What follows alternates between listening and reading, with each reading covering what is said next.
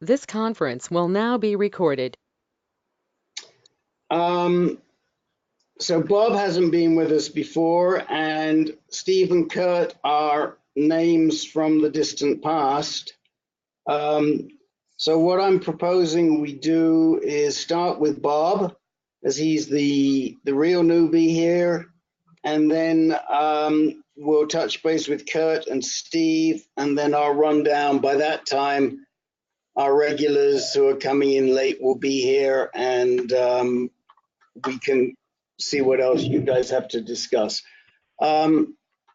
So, Bob, the way we normally work in here is if somebody's new, we give them 15, 20 minutes or so to talk a little bit about their situation, tell us where they're from, their age, where they're being treated, what sort of disease they have, and what the issues are that are facing them right now.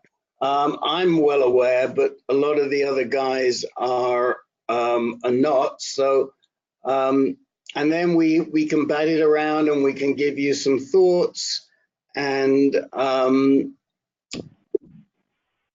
that's how we go. So if you're comfortable in that process, I would ask you to tell everybody a little bit about yourself. Would that work for you? Sure. That would be great. I appreciate it. And everybody, thank you for listening, and any input or ideas that you might have, I would appreciate to hear. I'm 70 years old. I started looking at PSA about 12 years ago. It was elevated to like a 6 or something, and they thought to give me biopsies. They started giving me biopsies, and all the biopsies were inconclusive, and I had one every 6 months for a little while. And it was like the boy that cried wolf. I got tired of having biopsies. So we were monitoring. I've been on terazocin for my urination. I have a benign enlarged prostate. My prostate is about, now it's about 59 millimeters. It was 51 millimeters a year ago, so it's been growing. My PSA jumped from February of this year to April from 21 to 29.8. I'm also been taking finasteride for several years. So we did a biopsy about 3 weeks ago, and we found cancer in a number of cores, the worst being Gleason 9, 4+5 in one sample, and then I've got a 7, and that's in 90% of the sample, and then a 7 in 40% of 3 cores, and a couple of 6s.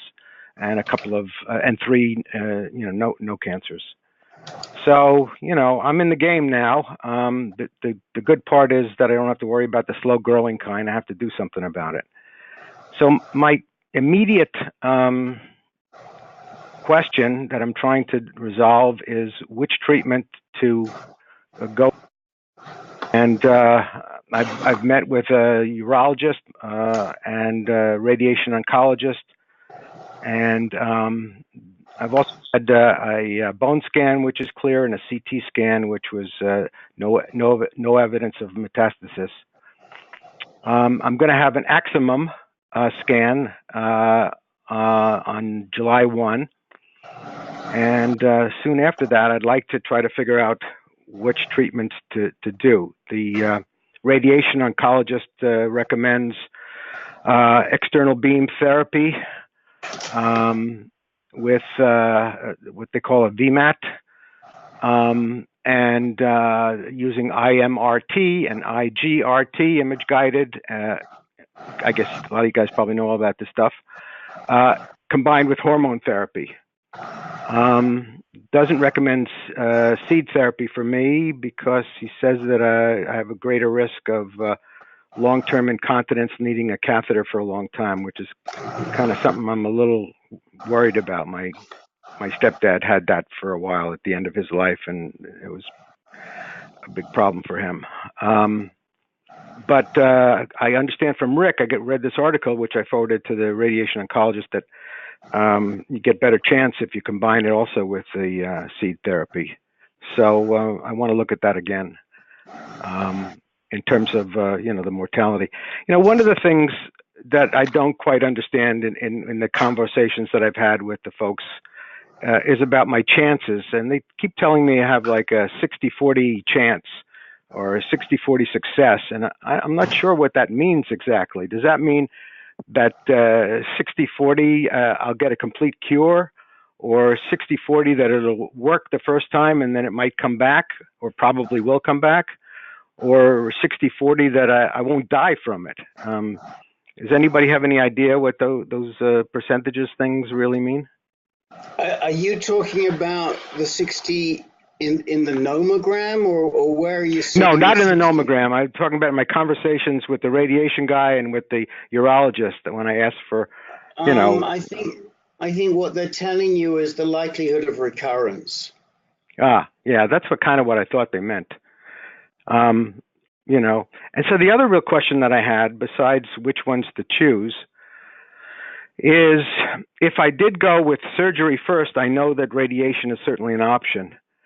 But if I go with radiation and then it doesn't work and I want to do surgery afterwards, I get a slight different answers. The surgeon says you can do it, and there's a different method for doing it, which actually, when he described it, sounded better to me.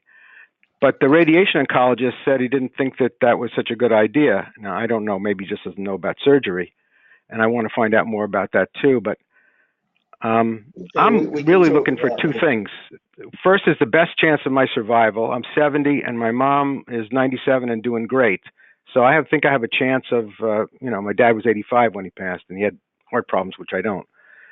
So I'm thinking, I want the best chance of survival so that I die of something else. And whatever treatment will do that. Secondary to that, I want to be able to pee. And I already have some issues with urination from the benign prostate, but they're manageable right now. But I'm worried about the side effects, particularly of the surgery regarding that. And I get a little bit different versions of what incontinence really means, or if it's, how long it lasts. And I would appreciate any input on that I could get too. So, and that's basically my first real question. The other part of it is, I'm with Kaiser Permanente, a big HMO here in California, and I have to go in network if I want coverage. And they have a lot of people. My urologist, I think, is very good. He's younger. He's only done about maybe 500 of these robotic laparoscopic surgeries. And I know there's people who've done a lot more. I don't know whether I should stick with him if I do the surgery or go someplace else. But so those are the really things. Which treatment should I be doing, and then who should be doing it? So, okay. Any questions for me or any comments? Feel free. I think there'll be questions. I think there'll be comments. Let me just summarize a little bit. Or I shouldn't say summarize, I want to just comment on one thing, which is that I wasn't aware when we talked that you had these BPH issues, and that even after taking Proscar, you're still at a 60 cc gland. So, that is a significant issue, and you've been on Hytrin, and they are absolutely correct that seeds may not be as good. I don't know if that's true with high-dose radiation. You would have to ask. You may be a candidate for high-dose radiation as opposed to seeds, which Kaiser does. High-dose brachytherapy, I should say, not high-dose radiation, high-dose brachytherapy, which Kaiser does. But they're probably right that seeds aren't the best. Now, the studies, as you know, seem to show that brachytherapy, and we could probably open that into seeds, low dose or high dose, although the studies were low dose,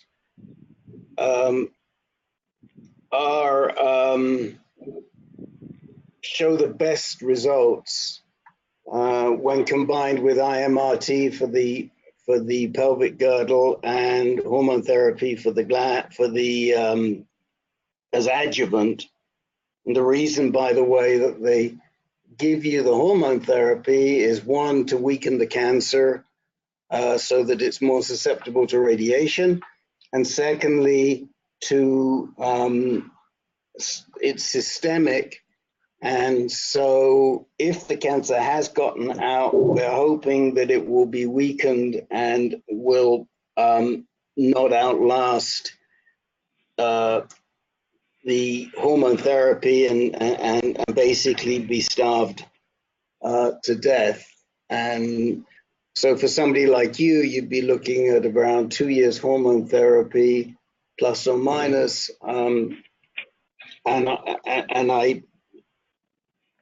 If it were me, that's what I'd be doing. In fact, that's what I did.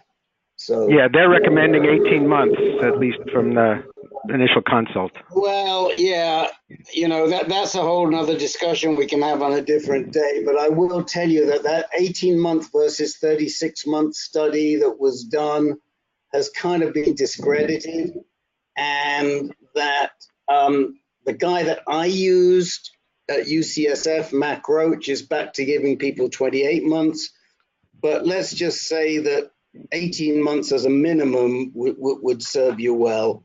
And, right. You can see how you were doing at that point and if you wanted to continue. So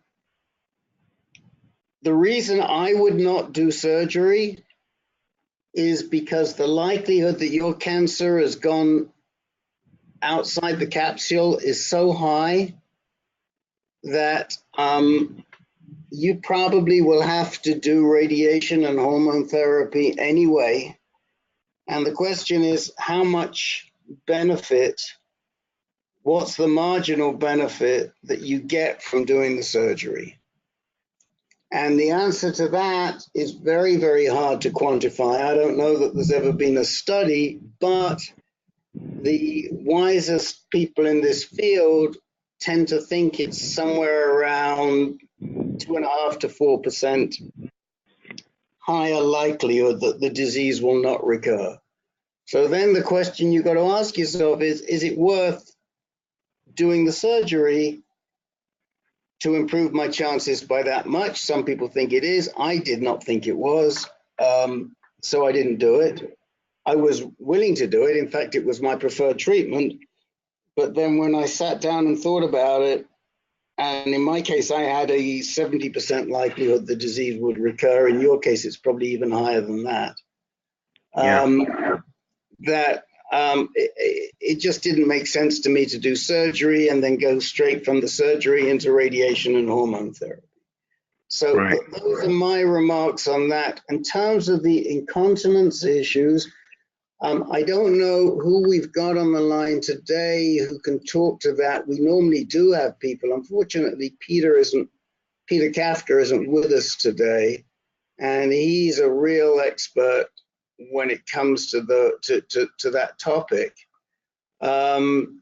Rick, I'm in Paul. Paul, and we can. I've been incontinent for years. Okay, so we'll throw open. I'm going to throw open to everybody, starting with Paul, feedback on some of these issues. And if you want to ask Bob any questions, and then we'll wrap it up in 10 minutes or so. So Paul, go ahead. Okay, I had radical prostate. Well, I was similar to you in that for many years I had BPH.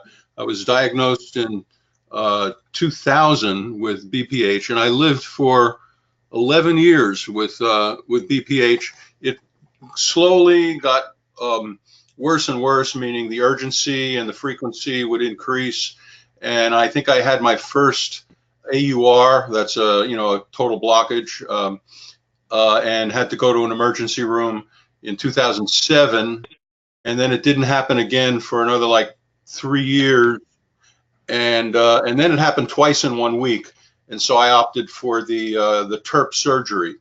And that cleared it up, and I was peeing like a racehorse. And but all that time, I had no idea that I really thought that I was immune to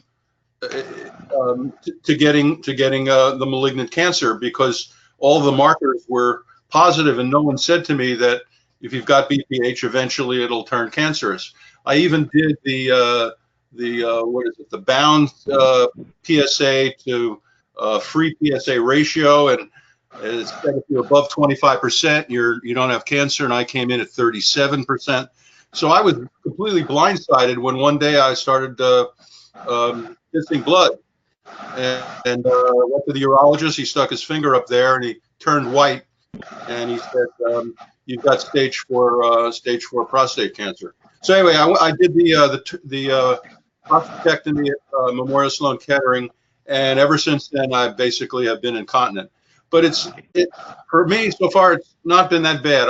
They have these pads that you buy at Walmart, and I put a new one in every day, and it just sits in my underwear, and it keeps me from staining my my underwear, and it's really not a big deal. Although at some point it may start to get worse, where I need 2 pads a day or 3 pads a day.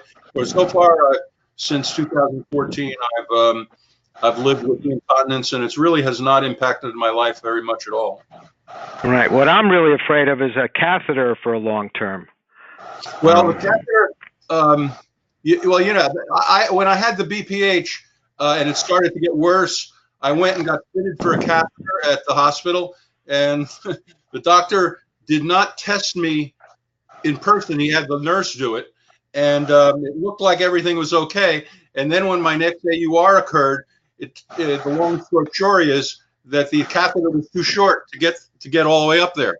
And I was pissed. I was so goddamn pissed that they misfitted me for the catheter, and I ended up because I thought I would be able to avoid going to the emergency room by just catheterizing myself when I needed to, but that wasn't the case. And so then, like I said, I had 2 AURs in 1 week, and I decided to go for the TURP surgery at that point. And then when it turned cancerous a few years later, I did the prostatectomy, and like I said, I've been incontinent ever since.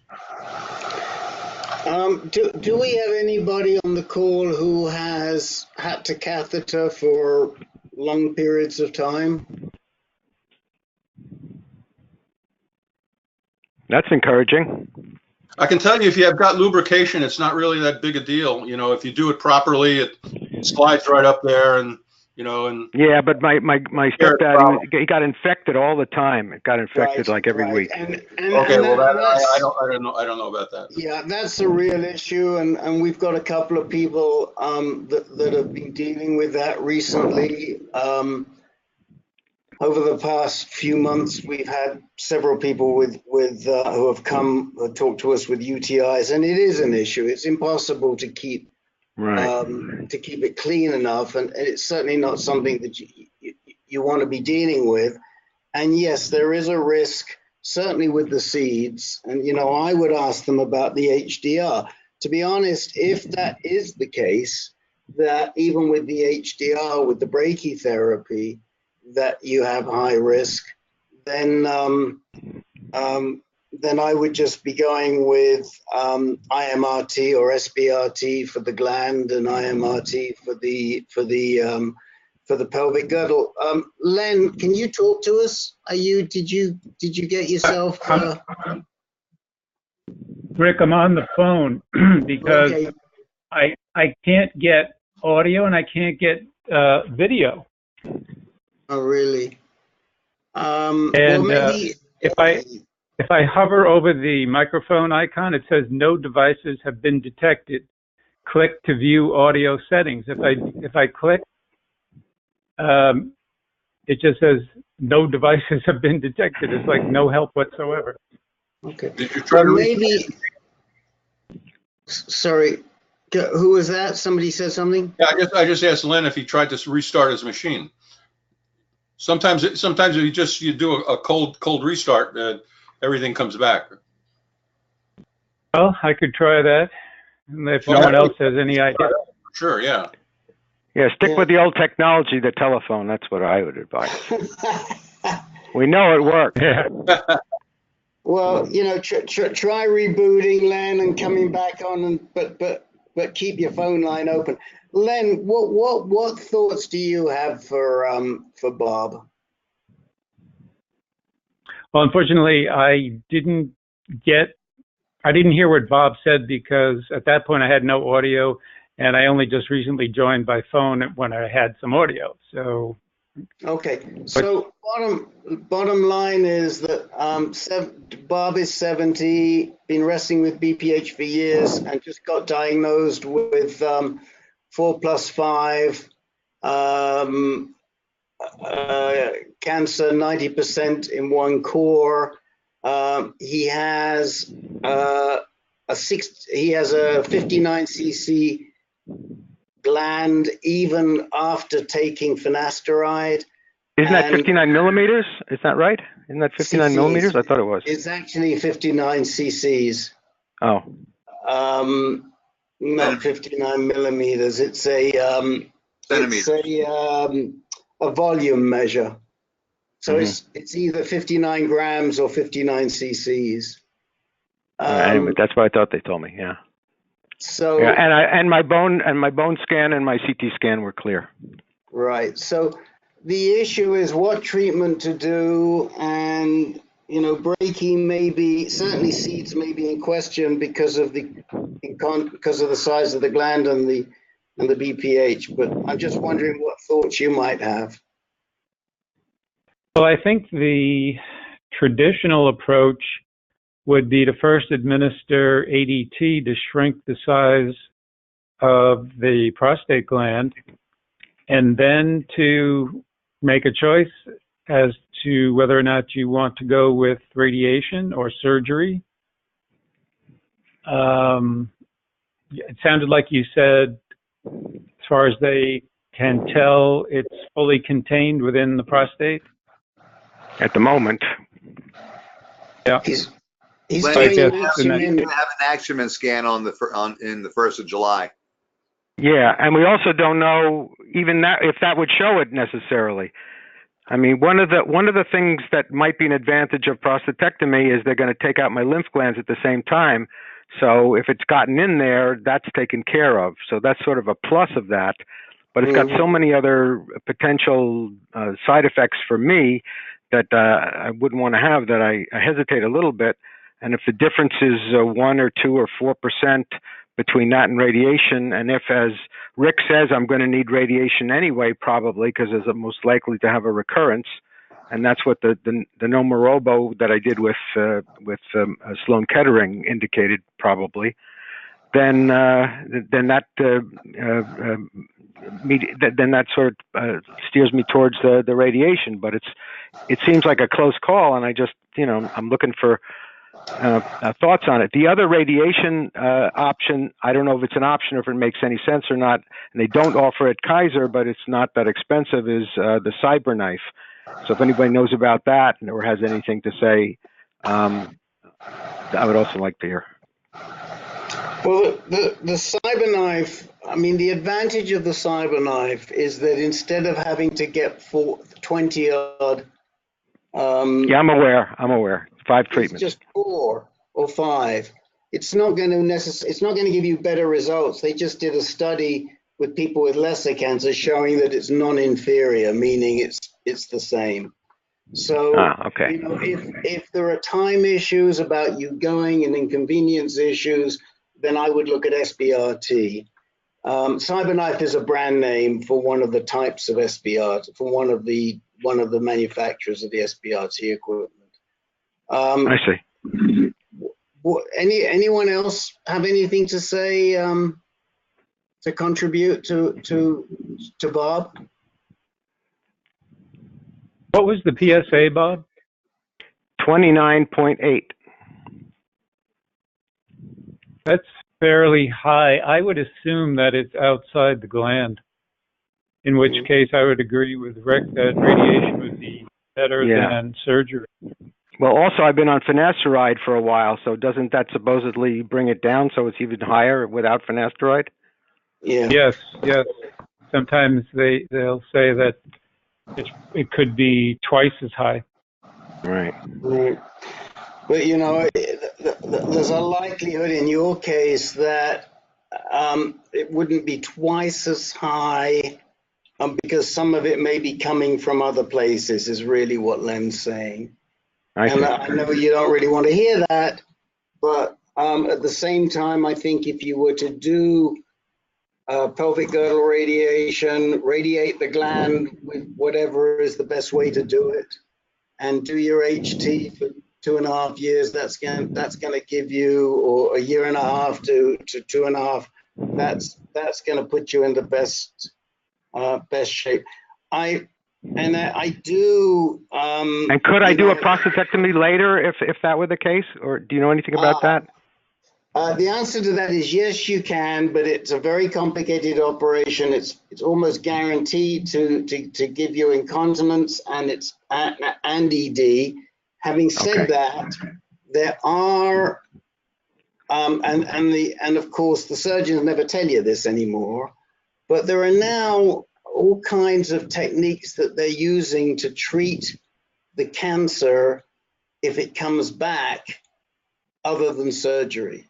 So they're using some of these focused treatments for salvage, like cryo and laser.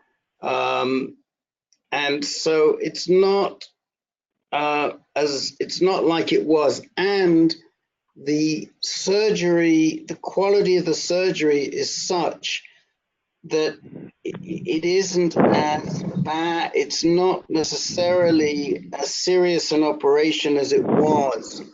So the doctors are more willing to do it than they used to be. But, you know, I think that if your disease came back after having done radiation, there would be a lot of other treatments that you could look at to take care of it. Right. You know, this argument is an old argument from probably 10, 15, 20 years ago when they didn't have the type of treatments we have today. All right, great. This is really helpful, guys. I got to tell you. Whew. But I do, you know, I would say lean on Finley to give you a testosterone. You do need a baseline testosterone. Right, I will. And it doesn't matter if it's this week, next week, in 4 weeks, but before you start any hormone therapy, make sure you know what your baseline testosterone is. Right. And in terms of the radiation oncologist, does it make a big difference who the radiation oncologist is in terms of what they're doing? Because the way I understood it from what it was explained to me, the technicians actually do the work, but the oncologist sort of gives them the script. So I'm thinking that the script is important.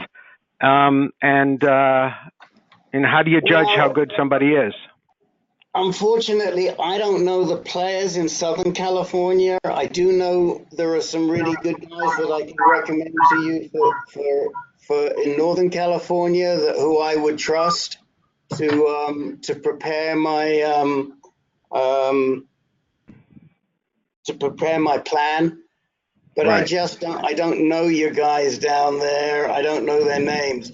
What I would say is, if you send me the profiles of the guys whose options you have, I can look through them. Just send me the links. I can look through them, see where they trained, and I may have some guidance for you. If it were Northern California, it wouldn't be a problem. I could tell you exactly to see within the Kaiser system.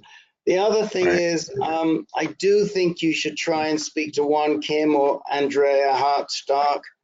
I'm going to make that request of Dr. Finley. I want to be careful how many requests I make of him, but I think I'll make a strong case for that, especially after I get the Axumin scan. Right. That's a good There's point. one other thing that I did. I don't know if this makes any sense or not, but I called Memorial Sloan Kettering on the phone cold and asked if they could give me some kind of a consult. So they opened up a web page for me, and I sent them copies of all the reports, and they're going to see whether they can do something without me having to come in, because I'm out here and they're in New York. But I thought that might be a good second opinion in terms of which treatment to choose, and maybe they could help me. But I'll let you know how that works out. Yeah, I mean, look, it's only as good as who they have you consult with, and we know a lot of the players there.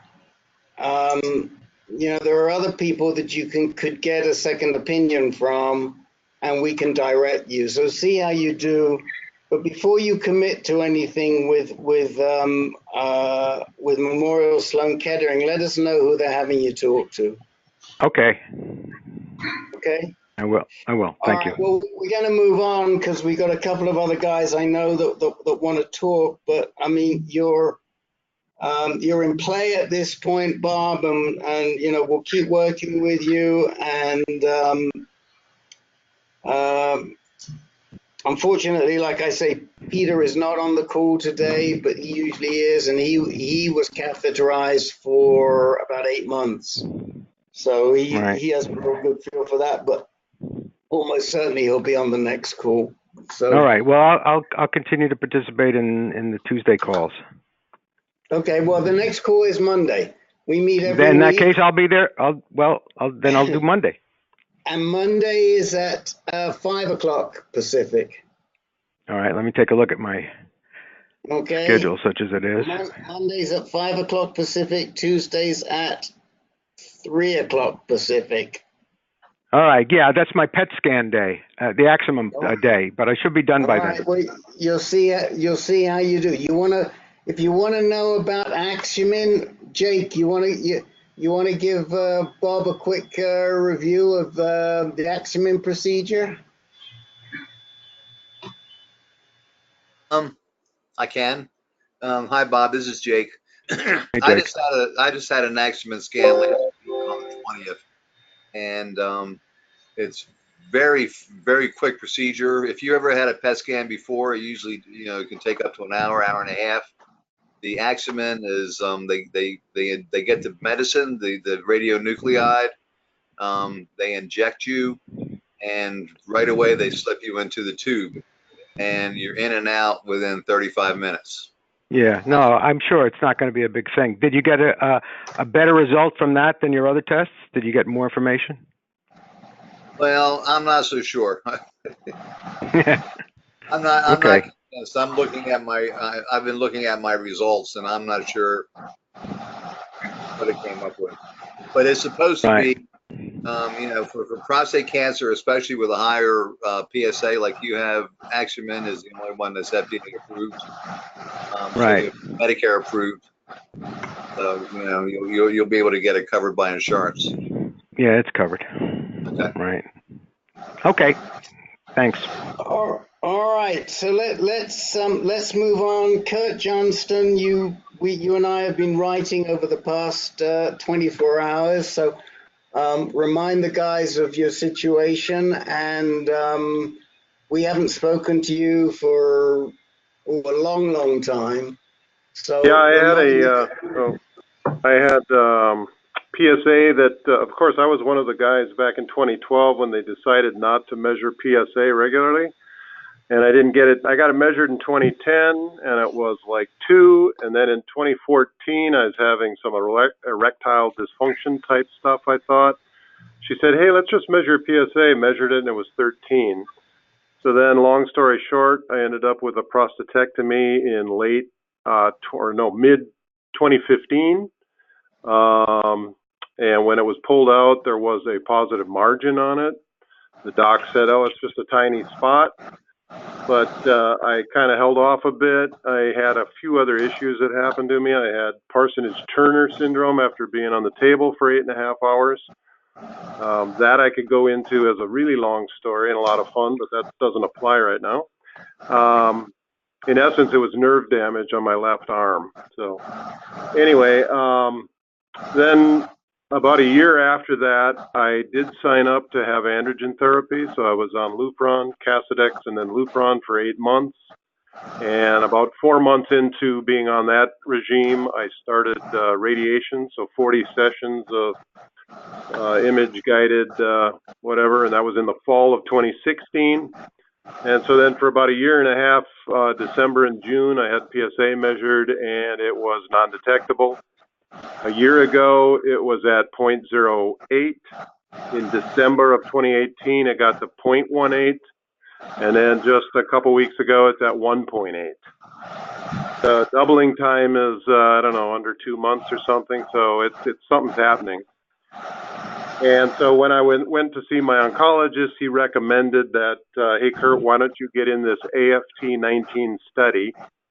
And it's, I guess it's a combination of some various drugs that I know most of you guys have heard all the names, and I'm somewhat new to them all. And so I was emailing Rick just to get some feedback on what do you think. So it's Derelix. I did 3 different arms to this study, and one of them is just Derelix, which I think is the same thing as like Lupron, I believe. And then another arm in it is the Derelix with apalutamide, and then the third arm is Derelix, apalutamide, and abiraterone. I can't even pronounce it. Abiraterone. That's the one, yes. And then plus prednisone. Right. So I know Rick had said, well, why not just go directly to that last one instead of being on the study? I guess that would be the question. What is a resource that I can go to for all these, what's available? Because this has happened rather quickly. I've only talked to my oncologist who referred me to Dr. Rao. I forgot what he is, but he's deals with the androgen deprivation stuff, and they recommended getting into this study. So. Okay. So let me just add a couple of other things. One is that you did an Axumin, right? And it showed that there were 5 lymph nodes involved? Well, they said 5 spots, fairly small, less than a millimeter. Okay. And Yeah. are you, this is what I'm not clear about. Did you come off the hormone therapy? Are you still on the hormone therapy? No, I went off. I was only on it 8 months. Last shot was, so I had radiation in the fall, and my last shot was like October of 2016. So then it was a 4-month shot. Okay. So this growth increase in your PSA is not whilst you're on hormone therapy. No. So, okay, so that negates, I wasn't aware of that until really the last note that I had. So drugs like apalutamide and possibly not abiraterone or enzalutamide have not necessarily been approved for you because you would probably be considered non-metastatic castrate sensitive, either metastatic, depending on who was defining it, either non-metastatic or metastatic. It's a sort of complicated discussion, and it's a frustrating discussion for those of us who are advocates. Right. But having said that, I think if a good doc probably would put you right back onto hormone therapy right now, and they would add either enzalutamide, abiraterone, or apalutamide, one of those 3. That's my guess. I think an average doc would probably just put you back onto hormone therapy and see how you do with that. If it were me, I probably wouldn't mind doing both. If I could find a doc that would give me both. Abiraterone, apalutamide, and enzalutamide all have FDA approval, but not necessarily at your level. And what I cannot answer is that there are some docs who seem to be able to get it for their patients and some docs who cannot get it for their patients. So well, I think the Dr. Rao I'm working with at the University of Minnesota, he is the lead in this area for this study. So I'm pretty Yeah. sure I did. I just gave blood yesterday to start Okay. the month-long review to get into the study. Right. Right. And so I think I'll just continue with it and just see where I end up. But yeah, I'm pretty sure that this guy, he's new, he's young, he seems rather aggressive, and that's the way he was Right. talking. Well, knowing what I know now, it does make sense for you to. It does make sense for you to get into the study, provided you get into one of the arms with the additional drugs. Right, exactly. That's what I told him. If you don't get into one of the arms with the additional drugs, just to go in for the Degarelix, which is also called Firmagon, it's probably not worth being in the study. You want to find a doc who's going to give it to you. Now, let me just give you a little bit of background, and then I'm going to open it up for the guys to talk to you on what I know about University of Minnesota. Last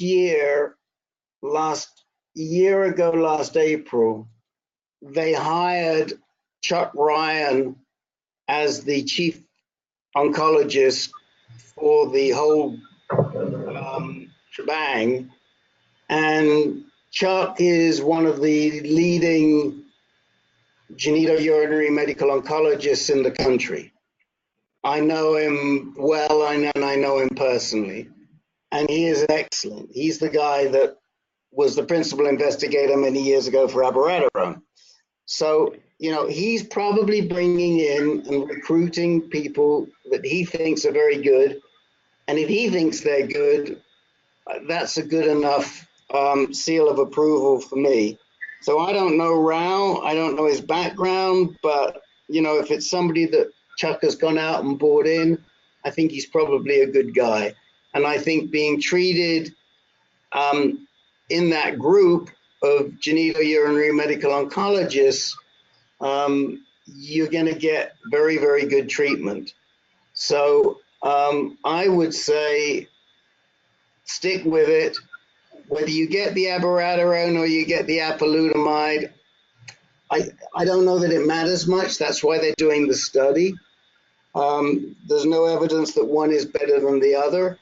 If it were me, I'd probably prefer the apalutamide, only because I don't have to take the prednisone. But I think 6 of one, half a dozen of the other. Let me first give it to Len, and then we'll open it up. There are people that have had been on abiraterone on this call. I don't think anybody is on the call right now who's had apalutamide. Oh, and Len, I sent Kurt the toxicity chart that you made and sent to me. Thank you. Sure. Okay. Hey, Rich, did that chart, because I tried to look at it on my phone, and I didn't see anything like apalutamide or anything on there. Maybe it's buried in the code. I don't know. No, it's across the top, isn't it, Len? Oh, maybe I didn't see it because I'm looking at it on a phone. Pretty sure it's there. Okay, Yeah. I may not have seen it. Yeah, it's a Word doc, so open it up on your computer, you'll see it. Yeah, okay. That's pretty exciting to hear that they're finally doing a trial where they're comparing head-to-head abiraterone with the, quote, lutamides. Yeah. That's a first as far as I'm aware. And what was your Gleason score, Kurt? I don't even remember, but it was, oh my God. I don't quite remember. I'd have to look it up in my 3 notes. plus 4. It's 3 plus 4, Len. Oh, okay. Thanks, Rich. He's got my notes for me. Yeah, Rick probably has better notes on our conditions than we do. Yeah. So the choices were Firmagon alone, Firmagon with either abiraterone or darolutamide or apalutamide. Was that it? Yeah, it's apalutamide and abiraterone. Was the plus prednisone, I guess. So. Yeah. If, let's say, any one of those of the guys that have been on it, what can I expect in my year-long experiment health-wise? Darolutamide is looking like the choice with the better side effect profile. If somehow you can get yourself into that study and you're getting Firmagon with darolutamide, When you say darolutamide versus, this one says apalutamide. So. I thought I heard you say darolutamide. There's no darolutamide in the trial? No, it's just No. I'll put the reference in the chat window for the trial, and it's just Okay. it's abiraterone, apalutamide, or just the LHRH.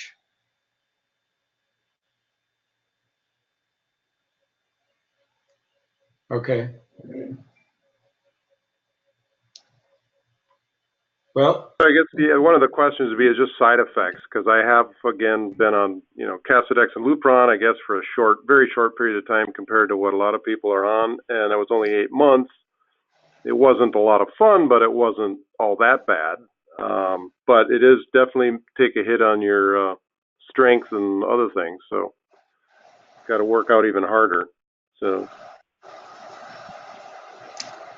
okay, so you can get those combinations without being in the study. Well, it says here, in the thing, it says it's not FDA.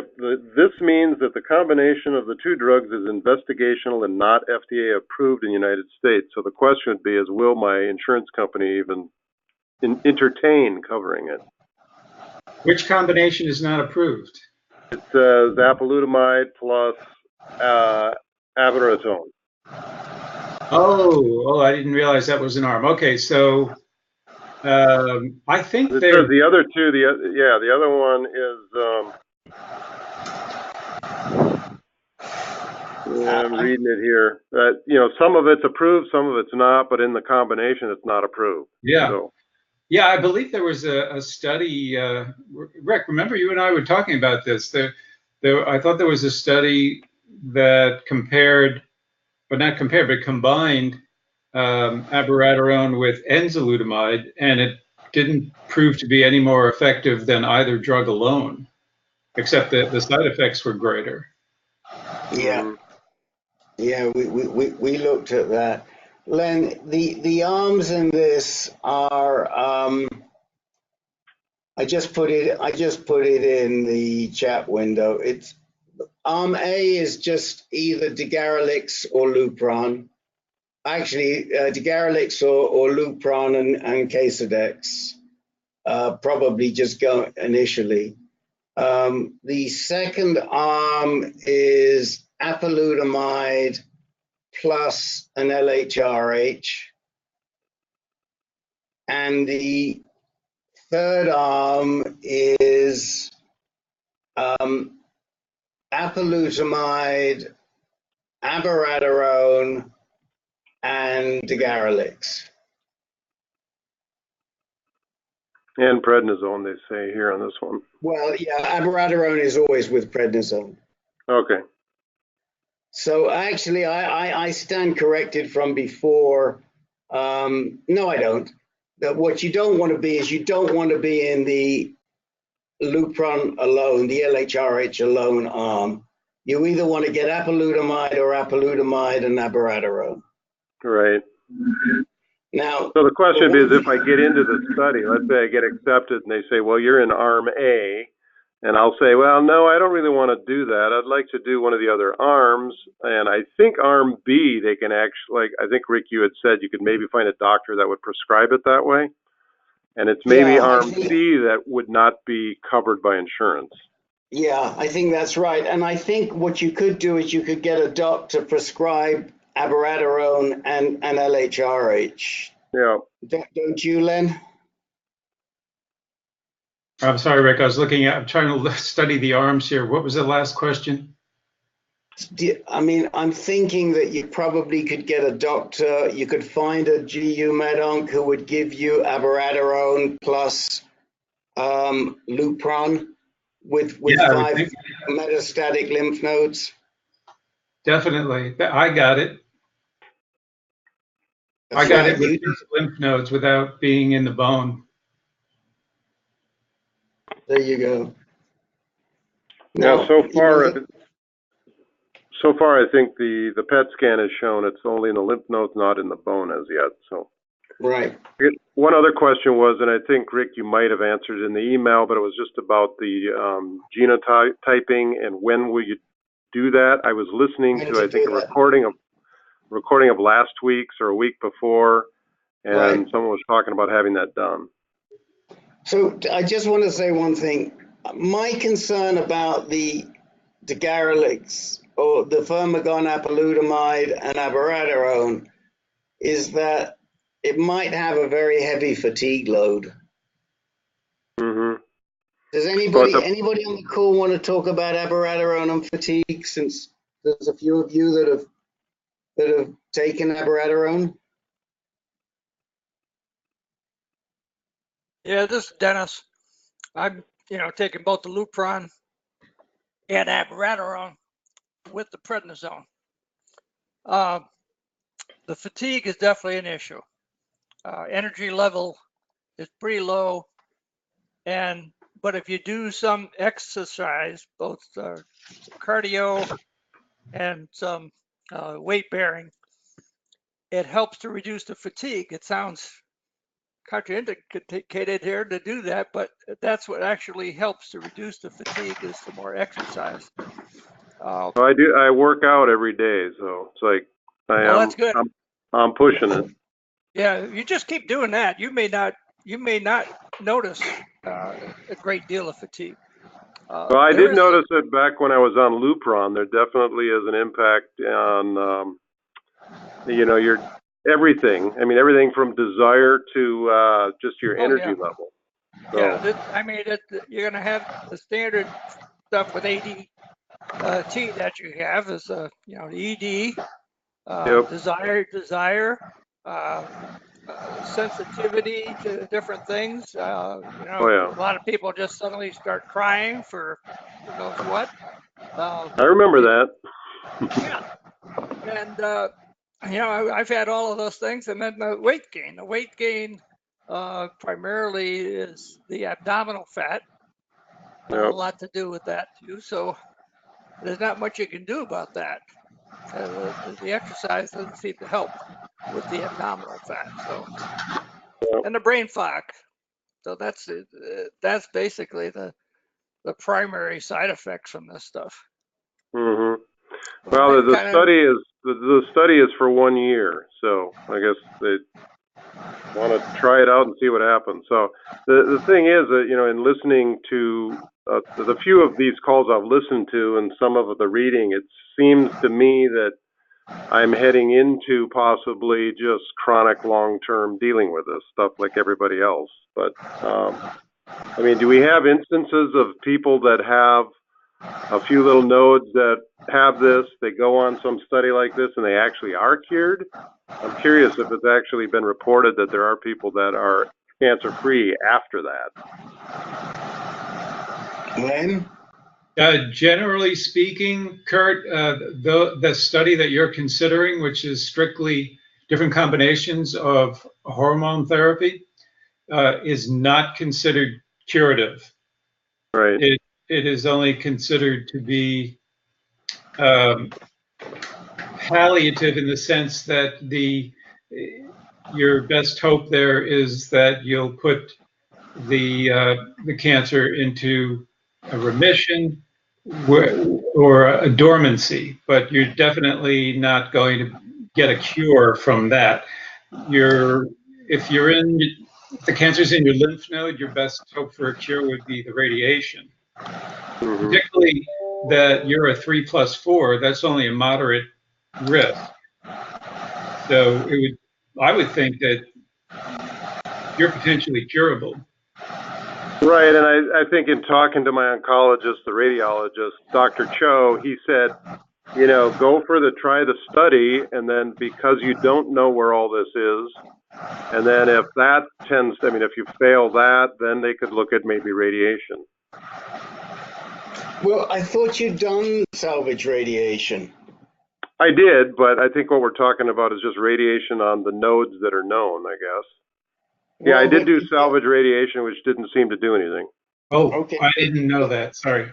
Right. No, I had 40 sessions, and so image guided, but maybe they weren't in large enough area. I don't know. Well, no, you see what happened was they did blast all that area, and the disease has gone through that. So to talk about spot radiation to 5 lymph nodes, the likelihood is that your disease is probably systemic at this point, Kurt, and that yes, you are going to be managing it for the longest time. So the best model is somebody like Len, who has had great success with intermittent hormone therapy, where he's been on hormone therapy and then he's come off of it for long periods of time and then he's gone back on. Len, how long have you been off at this point? At this point, I think it's 27, 28 months. Oh, okay. That I'm on holiday. I have a neighbor that is in the same boat that he's on and off, so.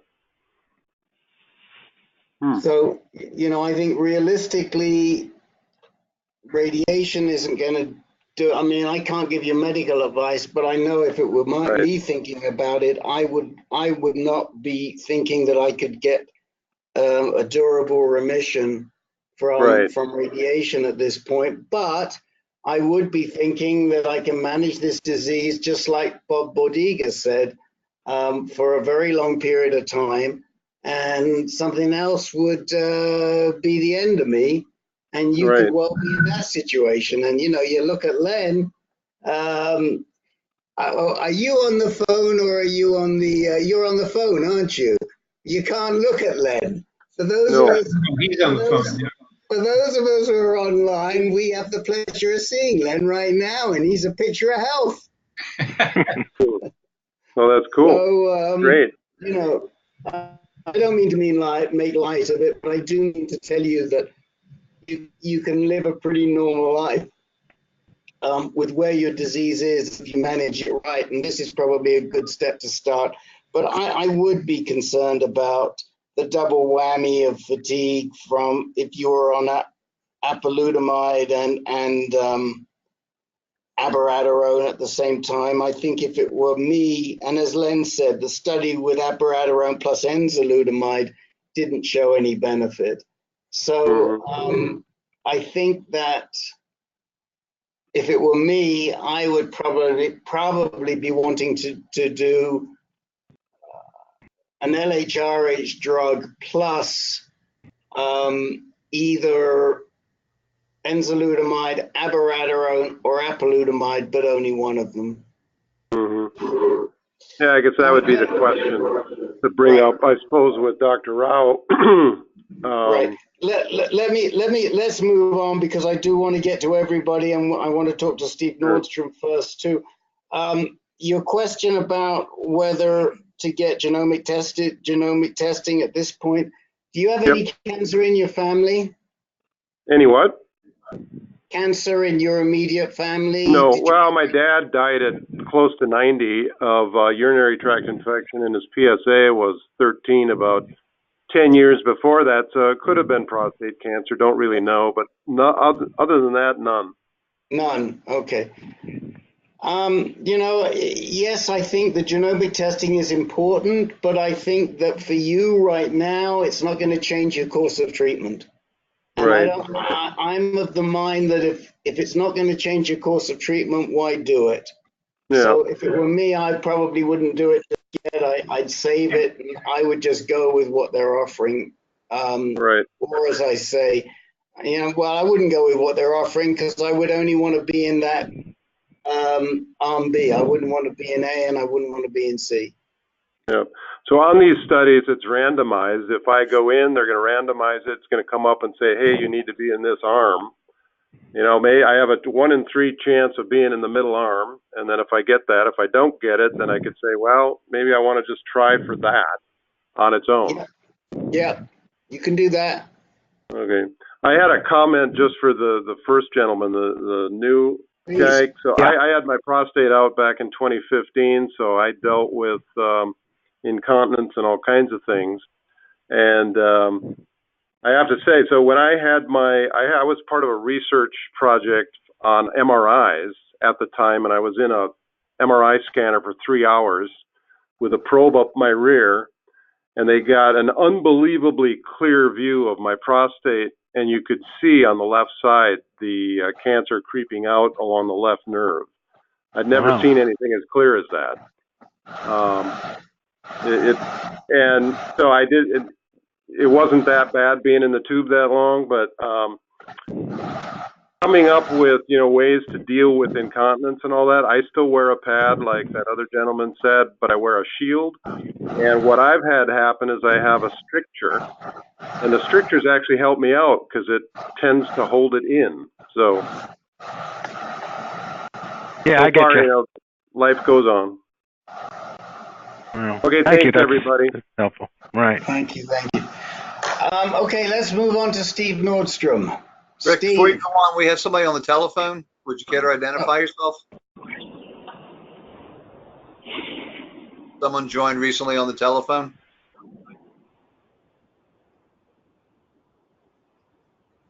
Guess No. not. Okay. Well, if you do, whoever it is, because we know, if you'd like to tell us who it is, go ahead. Yeah, this is Jay. This is Jay Mills. I joined about 20 minutes ago. I just had it muted. Yeah. Hello, Jay Mills. Good to be here. Good to hear you guys. Good to hear your voice. Hey. Good to hear your voice. You can't see, but Len's got a big smile on his face. Okay, we had a good conversation yesterday. Good. Yes, we did. Okay, let's go to Steve Nordstrom. And Steve, welcome back. Or maybe I shouldn't say that, but how can we help you? I hope we can. Well, can you hear me first of all? We can. Okay. I've never actually been on the call. I've just emailed you a couple times, and I finally got the nerve to be on the call. But my name's Steve Nordstrom. I'm from Cedar Rapids, Iowa. I'm 59 years old, and 2 years ago, in July of 2017, I was diagnosed with prostate cancer with a Gleason 9, 4+5. My PSA was 5 at the time. I decided after consulting with many oncologists at Mayo and at some other places that I was going to go for the surgery. So I had my prostate removed in September at Northwestern Memorial Hospital in Chicago. After the surgery, my pathology actually was downgraded to Gleason 7, 4+3, but I had tertiary 5, and I had seminal vesicle involvement, but no lymph node involvement. Can you hear me? We can, very well. Okay, I'm getting some feedback, but so there was a little bit of good news there that it was slightly downgraded. The bad news happened when I had my PSA checked 3 months after surgery. It had only declined to 0.35. So at that point, of course, I was fairly freaked out.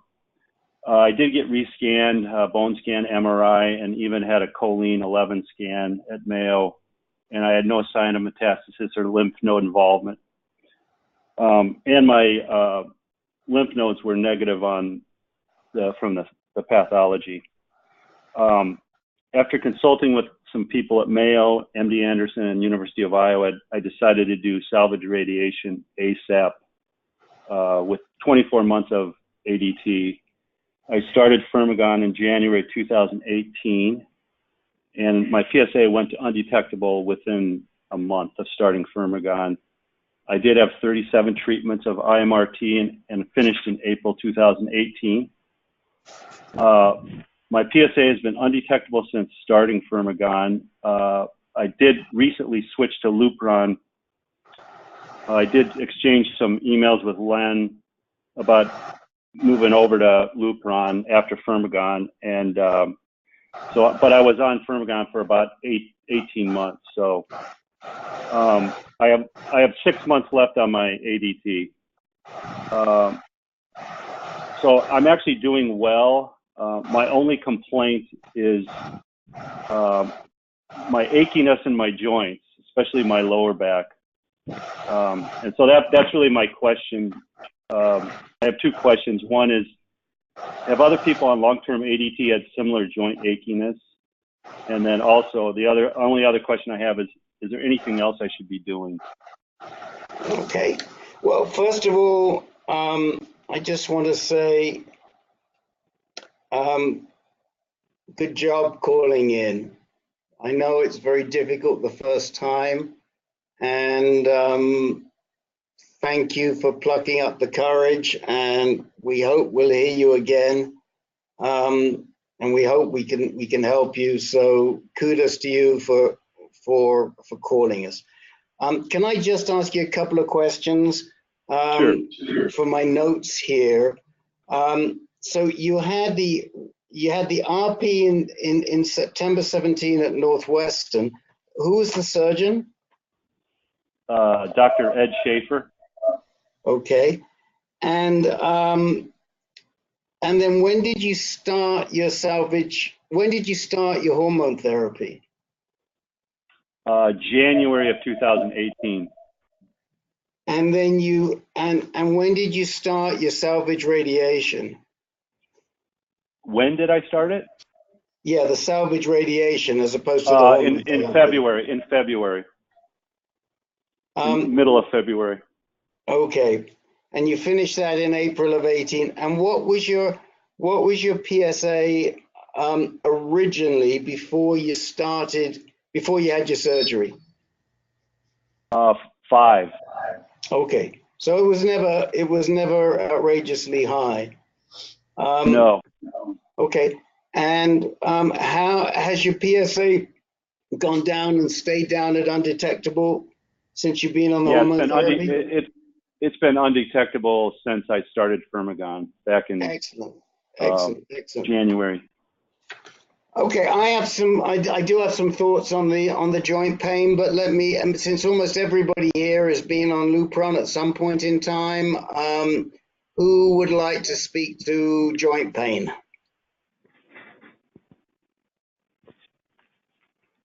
Oh, this is Kurt here. I definitely had some pain in my left ankle, and I was only on it for 8 months, but it wasn't severe, but it definitely was there, and then it went away as it wore off. So that's my input. Okay. Mm-hmm. Who else has wrestled with joint pain from being on LHRH drugs? Anyone else? Yeah, back pain. Kurt, it's a very common side effect for guys on ADT. Steve. Steve, sorry. Yeah. You were close.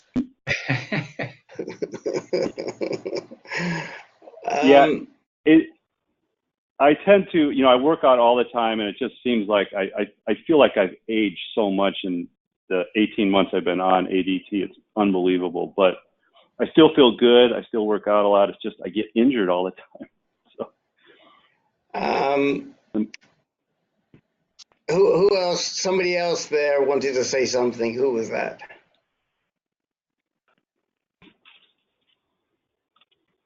No? I think it was Paul Frieda, I thought. Okay. On what, something? Somebody wanted to say something about joint pain whilst you're on LHRH? No, that wasn't me. Okay. Well, look, my 2 cents for what it's worth is that I did it for 28 months. I exercised every day. I'm not sure how much of what I recognized as pain was from LHRH and how much was from working out. I will tell you that, yeah, it's kind of disillusioning that you seem to age whilst you're on it. I had that same experience, Steve. At the same time, I built up a huge amount of muscle, probably more muscle than I'd ever built up because I was aggressively lifting weights 3 times a week right the way through, as well as doing aerobic.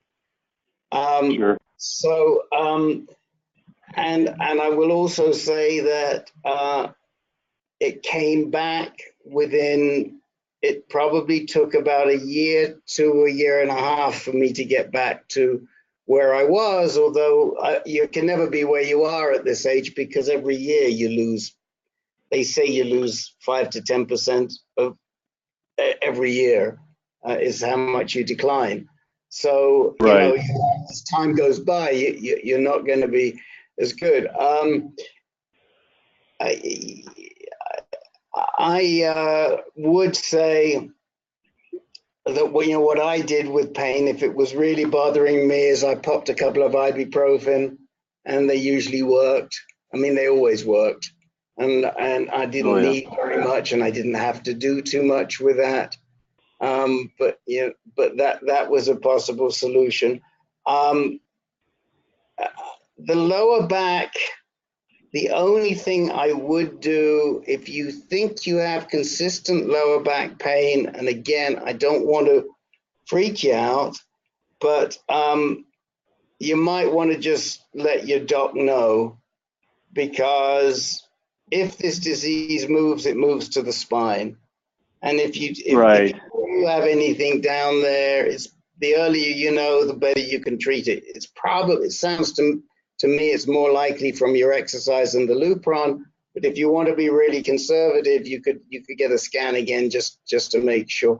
Where are you being treated now? I'm doing my work at University of Iowa right now. Although I do have you talked about Chuck Ryan. I just added him to the team, and I saw him up at University of Minnesota. So, but I have talked to the doctors about my pain. And I have had a redo of a bone scan, and even the spine guy took an X-ray and an MRI, and he said, "You just have osteoarthritis." You know, I used to run marathons and stuff, so he said, "You're aging." Yeah. Steve. Yeah. I got that T-shirt, Steve. I also was a marathon runner, and so I think that they're probably right.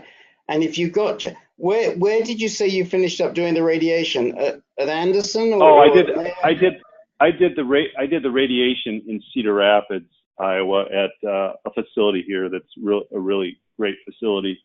But my urologist is at University of Iowa, and he's the guy that administers the Firmagon and Lupron and things like that. So look, if you are going to use Chuck going forward as your quarterback, you're not going to find many better people. Yeah, I visited with him, and he was great. I'll be seeing him again if I need to see anybody in the future. So right, and if you do, make sure you tell him that you work with us. I mean, he knows me really well. We used to live in the same town, and so just let him know you work with us. And I think that so your questions are, what can I do for pain, and what was the other one? Is there anything else I should be doing as far as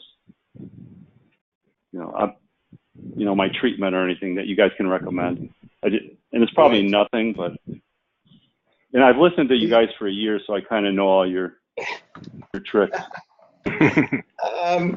Well, I'm so glad that you come on the line. I mean, we don't bite. This is Bob. I have a suggestion. I don't know, take it for what it's worth, but dietary supplements or homeopathic things might be helpful for joint aches.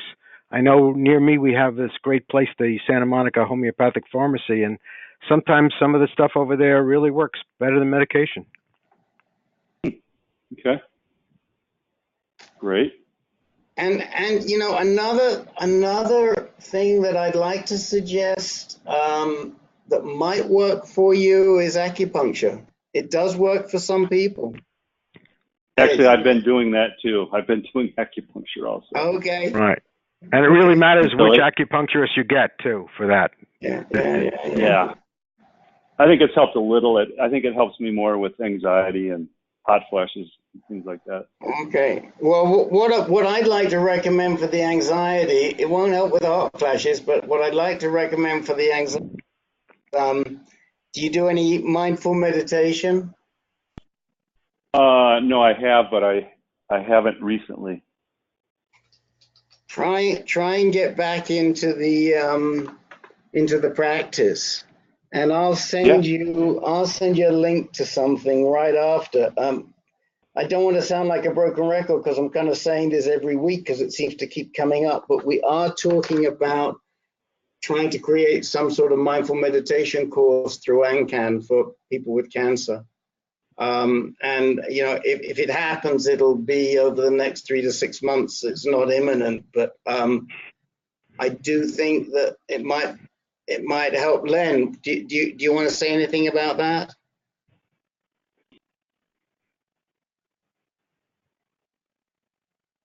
Yeah, I think you're muted. Is your mic? There you go. Yeah. My ADD is in full flight today, Rick. I'm sorry. I was reading something else and I missed the comment. Oh, that Steve is dealing with a little anxiety and hot flashes, and I said that maybe some mindful meditation might be able to help him with the anxiety. Oh, absolutely. Absolutely. And we were recently talking about a particular free app you can get on your phone or on your laptop or whatever called Insight Timer. There's thousands of guided meditations of all kinds, some with music, some without, anywhere from 5 minutes in length to an hour. And plus, I have something I shared with Rick recently. Maybe we should, if I can get permission from Ann's place, maybe we can post it on our website, Rick. All of the resources for meditation. I mean, there's an incredible number of resources for how to start meditation, how to establish a regular practice. I do it every day. Just even 15 minutes a day can make a big difference. Right. I've used an app called Headspace, which got me through the bad time. So that's a very good app too, the Headspace app. Headspace. Okay. Yeah, I think I've heard of that. Elaine? Well, thank you for giving me the time, and I appreciate it. It's a pleasure. And anybody else before we check in with everyone? Anybody else want to say anything else to Steve? Maybe like, please come back. Please come back. I'll come back. Because of my BPH, that puts me at higher risk, I guess. That's what I was thinking. Okay. All right. So let me run down the list and see who would like to talk to us today. Dennis, do you have anything that you'd like to talk about? No, I don't need any time, Rick. Thank you. Okay, Les, do you have anything you'd like to talk about? Not today, thank you. Okay. Paul Frieder, anything for you? No, nothing tonight, thank you. Okay. Larry, anything for you? No, Rick, I'm good tonight, thank you. Okay, Sylvester, anything for you? No, thank you. Jake, it's not looking good, man. Yeah, no, this is Jay. I'll have a question or two. I know, I'm coming to you next. I was just winding Jake up a little bit. It's all right. I got you. I'm just I figured that Jay, I was going to make you tell us how you're doing because we haven't heard from you for a while. So I wanted you to share that with the guys. So I know that we could count on you. Len, anything for you? Put me at the very end for 1 minute, Rick, only after Jake. Oh, only after Jake. All right. So it looks like we've got Jay and then Jake and then Len. So, and did I get everybody? Is there anyone else on the call who Yeah, I think I got everybody. So, Jay, it is lovely to have you back on the group. We're so pleased to hear from you. Jay will remind you, but for those of you who don't know, especially those guys who are calling in, like Bob Bordiga, who have a fairly aggressive early diagnosis, initial diagnosis. That was Jay's situation. And Jay was one of the most diligent people that we've ever had in terms of identifying his treatment path. And he did his treatment. He'll tell you what that is, and he'll tell you how he's doing, and he has some questions. Go ahead, Jay. We're going to do radiation. Okay. I had a Gleason 8 or 9, depending on which lab did it, and but the Hopkins came back as 8, so I think it's 8, but Would it be useful to you to have needs to be it? serious enough. And my PSA was as high as, by the time I went on the Garrelix, 42, I think was as high as it got. And I had Dr. Hsu at UCSF give me brachytherapy, non-permanent brachytherapy, and then followed that immediately. A couple weeks later, beginning 5 weeks of IMRT by Dr. Roach, Mac Roach, also at UCSF. I recovered, stayed on Daguerreolix now for 12 months and have another 12 months to go, and am contemplating whether or not to add abiraterone or apalutamide to that for the 12 months. My PSA continues to drop. It went from, the last 2 months went from 0.14 to about 2 weeks ago 0.11,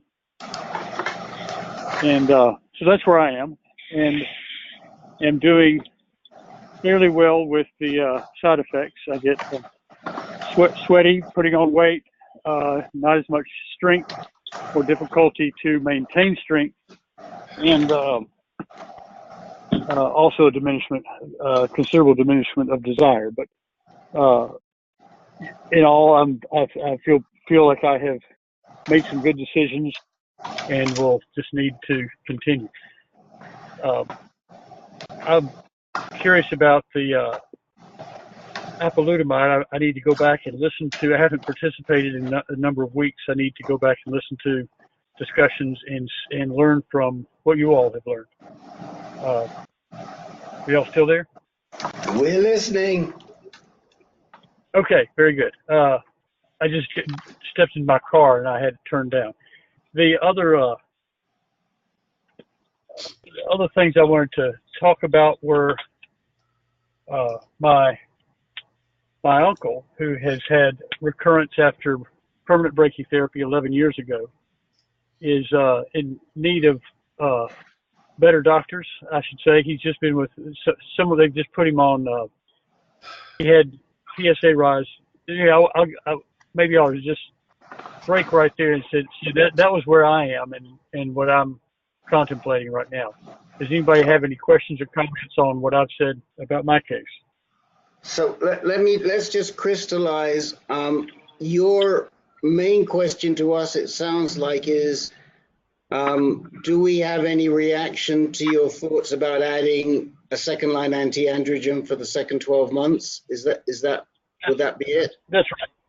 Yes, that would be it. Okay, throw it open. Anybody have any thoughts on that?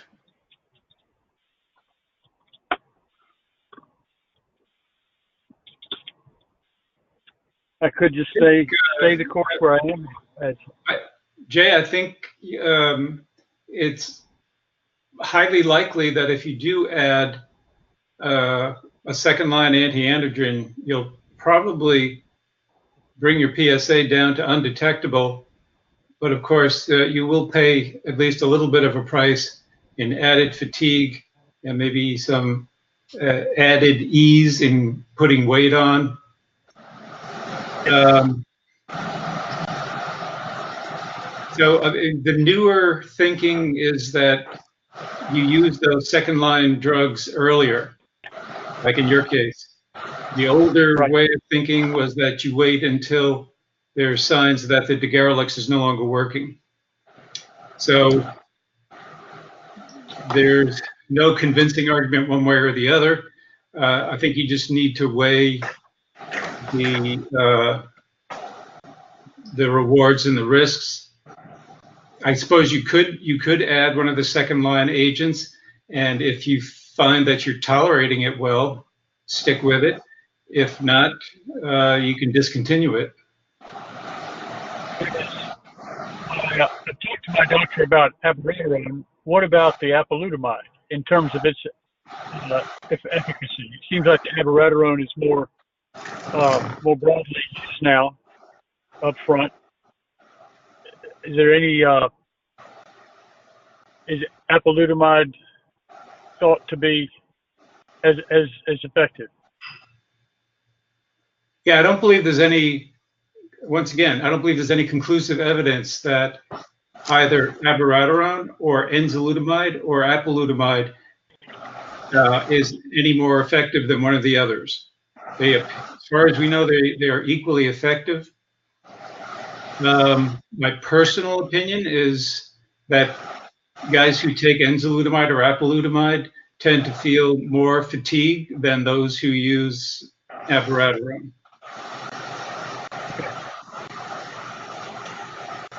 And we do have a toxicity chart that Len provided to me last week. And Len, would you ship that to Jay? Yeah, absolutely. You send it to Jay? I will. So it compares abiraterone, enzalutamide, and apalutamide. It kind of compares them. It shows the frequency of side effects for each group of users. So you can draw your own conclusions from that. Frequency and intensity. And Did you put that on the blog, Rick? Would that be a good topic for the blog? Yeah. I think I asked Len. I think it's on Len's to-do list, isn't it? Oh, okay. I didn't know that, but I'd be happy to do it. Oh, I'm sorry. Maybe I was thinking of something else. I'm sorry. But yeah, if Hey, you Rich. put it on the blog, it would be great. Rich, is that the thing that you sent me? This is Kurt. Yes. The item? Okay, thanks. Yes. Yeah. All right. Yeah. Well, I will start with that chart and dig deep into what I might try next. Add. Okay. My second question. Go ahead. No, I was just going to say it's okay, Jake. There's another question. Okay. This is Jay, and the other question is that my uncle has had recurrence. It was 11 years ago, or 13 or so, that he had. I think his initial PSA was 7 or so, and then he had brachytherapy, then IMRT, and it stayed away for 11 years, and then his PSA started rising. It got up to, and I don't remember right now, but he then went on Lupron. They said before they went on Lupron, though, let's see where it is, and they did a MRI, could see it in the seminal vesicle. Then they did a biopsy and confirmed that it was in the seminal vesicle. Then put him on Lupron, and he's been off and on of Lupron for 3 years, I think it is now. And every time he comes off Lupron, it rises quicker each time. And he just did a 6-month Lupron, I think it was in December, and it has rolled around, or maybe it was November, and it rolled around, and in the last 2 months, his PSA has jumped up to 4 since, I think, April is when it wore off, supposed to April. So maybe it was May, June. So in 2 months, he went from on the verge of undetectable to And I had mentioned a case when I finished up my treatment with Mac Roach. I said that you know, one last thing, my uncle's had this incident and he's coming back, and Mac said he hasn't had a PSA, and I said no. He said if he had PSMA, then we could do I could probably treat that similar than anything else we find with SBRT or HDR or SBRT. And I said, he said, have him give me a call. And I said, that'd be great. Thank you. And so we put all the records together, sent them to Mac. They gave him an appointment. Then my uncle said, you know, I'm flying all the way across there just to see him. Then I'm going to have to do the appointment. What about just going ahead and knowing that the PSA is high enough, going ahead and when I get out there, try to schedule, give him my PSMA while I'm out there. So when he asked that question of the schedulist, her name is Denisha, that she said, let me have someone call you. And she had I think it's the internist, and Shinaha is her name, or Sinaha. And she said that we don't do the PSMA anymore. It's shut down. I think it's the terms. Again, I was not on the conversation, but that's what I was. My uncle's wife took the call, and she said we're not doing the PSMA anymore. So, two thoughts. One is it have they sort of met their goals with the study, and so they've shut it down early? Or number two, have they approved the use of PSMA, so that's why they've shut down the studies early and moved the machine on to other stuff, like I know they're running at UCSF a study on thyroid with PSMA.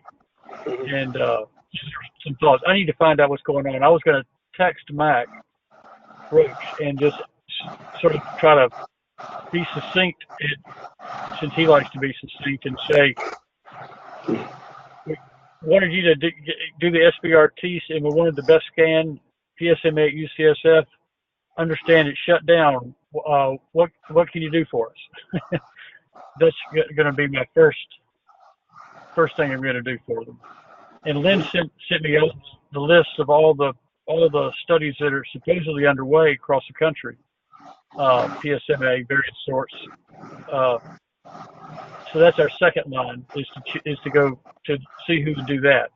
And then Rick, you had recommended that perhaps because of proximity, that it would be good to get with the fellow at Duke, Dan, and that he might be someone who guides treatment. So, right. So my first question is, what has happened with UCSF's PSMA? Does anyone know anything? And if not, I plan on sending Mac a note anyway.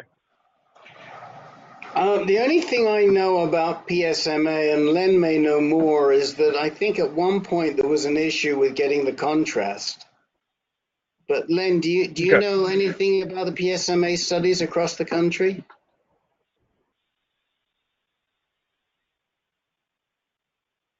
You're muted. You're going to have to start over. The only thing I can tell you for certain is that NIH had a devil of a time getting enough of the PYL radio tracer, 18F, DCF, PYL, PSMA. And so I would assume that other sites had difficulty also. I think I was having a little trouble hearing Jay. I think he did mention that I had sent him a list from clinicaltrials.gov. Yeah. There were actually listed 22 trials that had either gallium-68 or PYL, PSMA trials, 22 across the country, with each trial having quite a few sites. So there's a lot to choose from there. But the thing is that it did list UCF as still currently recruiting for the PSMA trial for PYL. And yet Jay's uncle's wife claims that they told her no, they're not. So it could be clinicaltrial.gov is a little bit out of date, or it could be that UCSF is already fully recruited for that particular study. Well, hold on a second. You just said PYL. Jay was talking about the 68 gallium PSMA. So it might be they've finished their 68, their gallium 68, but they're still recruiting for an 18F PYL. Right? When Peter went, did he get PYL or 68? 68, gallium 68. Gallium 68. Oh, okay. So maybe something's going on with that. Could be. That could be. It could be that they're not doing it. Let me ask Len a question. Len, if you have a PSA of 4, what do you think that there would be a significant difference in the results from an Axumin versus a PSMA study? You know, Jay and I discussed that last night when we were talking. Clearly, the Axumin is going to pick up lesions at a PSA of 4. And there's not that big a difference between Axumin and the more sensitive scans at that high level PSA. However, Jay pointed out, and I had to agree, that suppose there are some larger lesions that Axumin is going to pick up, but there might be some very small lesions in the order of just a few millimeters that Axumin won't pick up, but the more sensitive scans will pick up, and that could affect what treatment choice you make. Yeah. I mean, the other thing that, Jay, we talked about earlier in the call, I'm not sure if you were on or not, I think it was with Kurt, is that when the disease comes back like this, there's no doubt in my mind that a radiation oncologist like Mac could definitely go after them. But I think that's, if it were me, from my experience, that's whack-a-mole.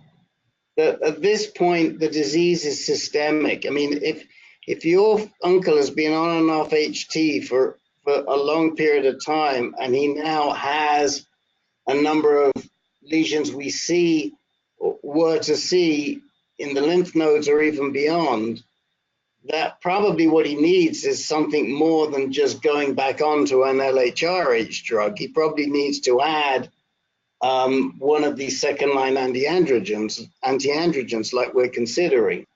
And so I suspect so. So to me, Mac isn't the right guy. I mean, he needs to be talking, he needs to get the scan, and then he needs to talk to a good med-onc. And, I put Dan George right up there with Chuck Ryan, for example. I mean, he's one of the best, right. and he would direct him to the right. How old is your uncle, by the way? He would be, I wish I could say, 70, 80, 75. Okay. I would say 60, 70, late 70s, early 70s, 72, 75, right in there. Okay. So, he's got plenty of time to go, and I would just get him into the management of a really good GU med-onc to quarterback the treatment, and that would be my advice. Yeah, and he'll get a scan for him probably. Right, and you know what? Look, the Axumin isn't the worst thing in the world. It might not be the very best, but it's going to give him enough information to start moving forward if he cannot easily access a gallium 68, a PSMA scan, whether it be gallium 68 or 18F PYL. And by the way, I think that Len is probably onto something. What was in short supply from my memory was the contrast, which is the PSMA 617. They both use PSMA 617. There are other contrasts that are being trialed, but both those scanners, both those trials were using the same agent, contrast agent, and it. So. Tell me yes. this: what's going on? The Heidelberg were using the gallium-68, and so that's where the lutetium studies were sort of already launched on the 68 basis. But then the PYL is a more sensitive method. I've understood. Okay, anyway, that's a different. Yeah, we're talking apples and oranges here. Lutetium is a completely different situation. It also uses the same contrast agent, but these 18F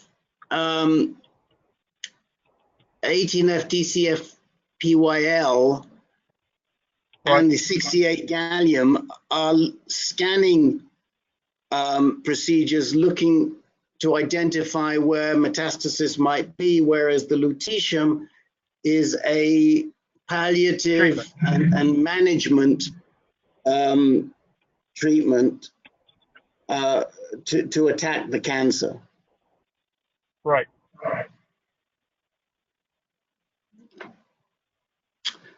Okay, what I was talking about. Anyway, go ahead. That my understanding was that the guys at UCLA were using the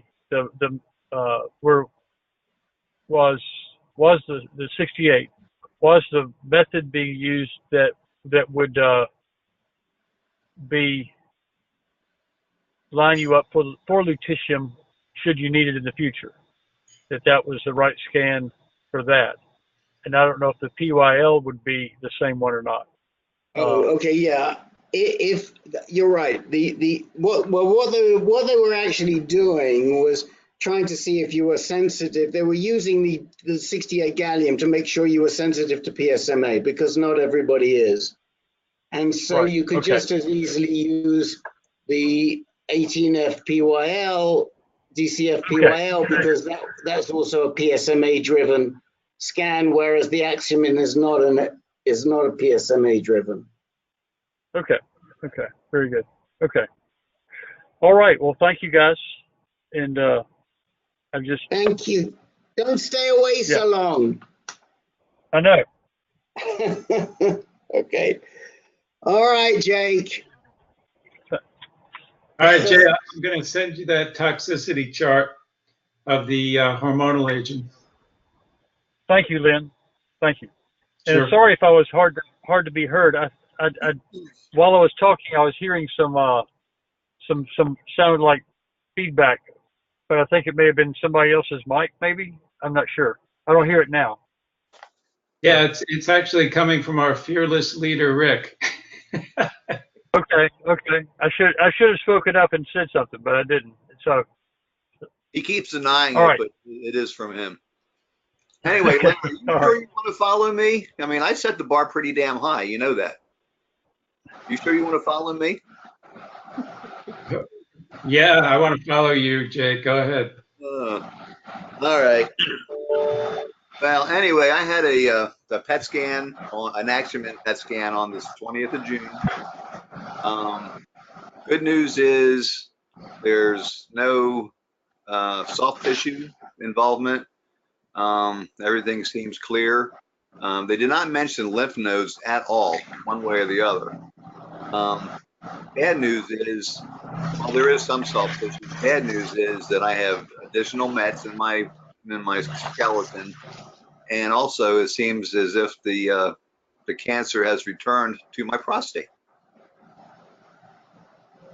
So, yeah, I mean, I don't want to, you know, I can send Rick, if you're interested, I can send you my results. It's only 2 pages, but the impressions were, I'll read them.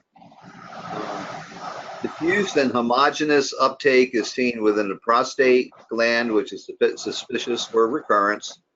Number 2, multiple sclerotic foci are seen throughout the spine, left scapula, pelvis, and proximal right femur with maximum SUVs ranging from 2.7 to 14, most consistent with metastatic disease.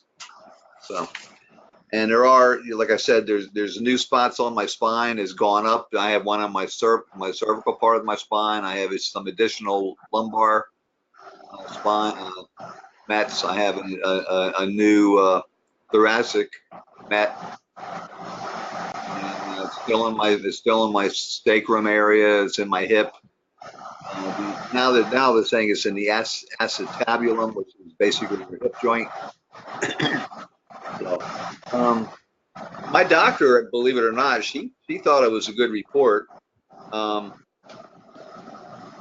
she says that and this I don't quite understand, and this maybe somebody has some insight on.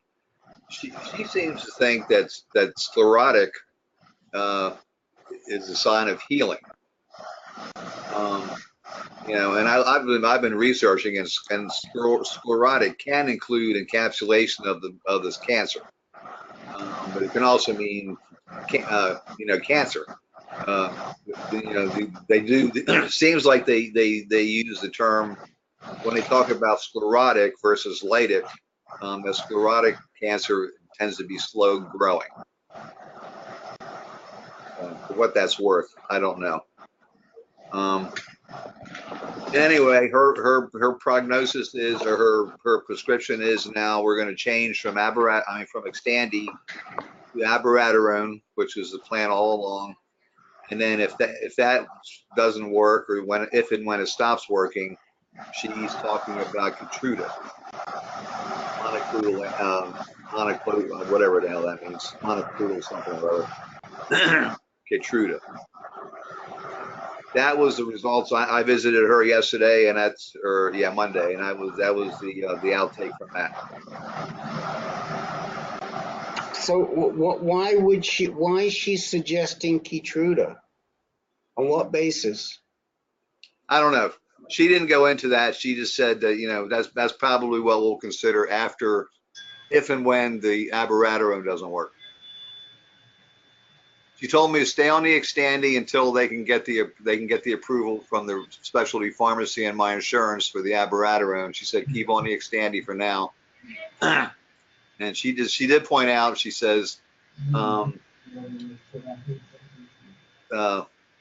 she doesn't want to really do chemo with me because I have a lot of comorbidities. I have a lot of other issues. Chemo has a lot of toxicities, and I'm not probably not the best candidate. If she wants to put chemo off until the very, very end. If she suggests chemo to me, that means I'm about ready to hang up my shingle. Len, what are your thoughts? Well, I guess abiraterone is the next conservative step to take. I would ask her why she is recommending Keytruda.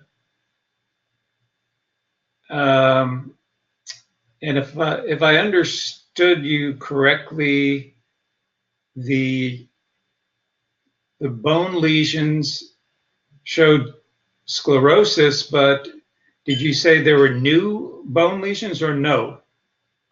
Yeah, well, yes, new. I had I already had them in my sacrum. I had them in my hip. I had them in my spine, but there was like an additional thoracic met. There's an additional lumbar met, and a new cervical met. I had never had any cervical mets before. Okay. So there's no mention. The one that was identified in 2012 was not mentioned this time, but all the other ones are still there. So what are the new? So the new one is a cervical met, and what about all these ones in the pelvis, the spine? Have they gotten bigger, smaller? What do you think is the difference in all the other ones? Rick, apparently the oncologist spent 3 hours sending all my records to this place. In fact, this is the same place that I had my original PET scan back in 2012. But they didn't compare. They didn't know, they didn't realize, or they lost a record or something, and they didn't compare the old one to the new one. So I don't know if they're bigger or smaller. They made no mention of that whatsoever. Well, can I suggest that you call them up and ask them to? I mean, if they have the records, they should be able to make a comparison. It's a pretty reasonable request to make. Yeah, even though it's 7 years. But they have the records. They have the old records. I mean, they took it. They did. It was an FDG versus an Axumin this time, but still, you're right. Right, and you just said the oncologist sent all your records to them anyway, right? Yeah. So yeah, ask them to please tell them that you need a comparison. Okay. Hey, Jake, it's Larry. Hi, Larry. Hey, man. Sorry to hear about the new potential spots, but I just wanted to say something that when I was originally diagnosed, my lesions were lytic, not sclerotic. And my understanding is that lytic meant lysis, meant breaking. So I had a hole it was eating away at my bone in my acetabulum originally, rather than depositing more cancerous bone or more material, which would be, I think that's what they mean by sclerotic. There was another term for when the cancer deposits versus when the cancer eats away, which is, as I understood, that's what they mean by lytic. When you have a lytic, isn't it Blightic, lytic and Blightic, isn't it? Blasto is like grow, I think. I don't know what they call it. It's not, I don't know if it's plastic. But anyway, so that's what they mean by when she says sclerotic is better than lytic. I don't know that that means better, but it means that it's not eating away at the bone, which really leaves you more liable to fractures. Right. That was my diagnosis. Then this is not really pertinent to you directly, but the next couple of scans I got 6 months later talked about spreading throughout my body with all this T1, T2, T3 sclerosis showing, but it wasn't cancerous. It was the Lupron working on what was like metastasis I had throughout my bone system. But when the Lupron was working, it stopped, halted the growth of the cancer, and the body started to deposit new bone on all those places. So that's why I had all of this like bone problems and back pains, but it wasn't. It was the first radiologist sent out this report like you're finished, you're going to final chemo. But when they looked further, they said no, it's the opposite. The cancer is kind of in remission. It's not. They don't say they use the word remission anymore, but it's not progression of the cancer. It's instead the body depositing bone where there used to be lesions, where there were lysis, where there were holes before. So it was kind of a repair of the spots that had been falling apart. Anyway, I don't know if that's relevant in any way, but the concept of lytic is I believe is the concept of the breakdown of the cells and the development of space, rather than the buildup of sclerosis, of the buildup of tissue from a cancer or for another reason. That's all I wanted to mention. Well, thank you for that, Larry, because she actually, again, she thought that the report was not bad. Even though I have some new mets, of course, I'm being treated for it. I'm going to be treated forever. And she said there's no cure. It's going to get worse, and we all know that. But she mentioned that the fact that it was sclerotic meant that a lot of them, and I'm also on Zometa and have been for 7 years. And she mentioned that she used the term scarring. For like a lot of the spots were scarring rather than Mets. So I think she was kind of talking about the same thing you are, Larry. You said it much clearer than she did, to be honest. Well, and the thing that makes what Rick was talking about more important is the comparison. Because when they compared my bone scan and my MRI and whatever other scans, to the older ones, they realized that the disease really hadn't progressed a lot. It was the reaction to the lupron. It was the depositing of bone into those spots that previously were holes, were cancerous. So really want to be clear about, are these all Mets, or are these bone deposits on top of things that were already there? That's the only thing I had to really think about. Well, they use the term sclerotic focus, blah blah blah, here, there, everywhere, and then their final impression is multiple sclerotic foci, most consistent with metastatic disease. Boy, that's a very unsatisfying report. I know, that's why I didn't really want to talk about it. I said I wasn't really too thrilled with this report. Just read it again, that last sentence.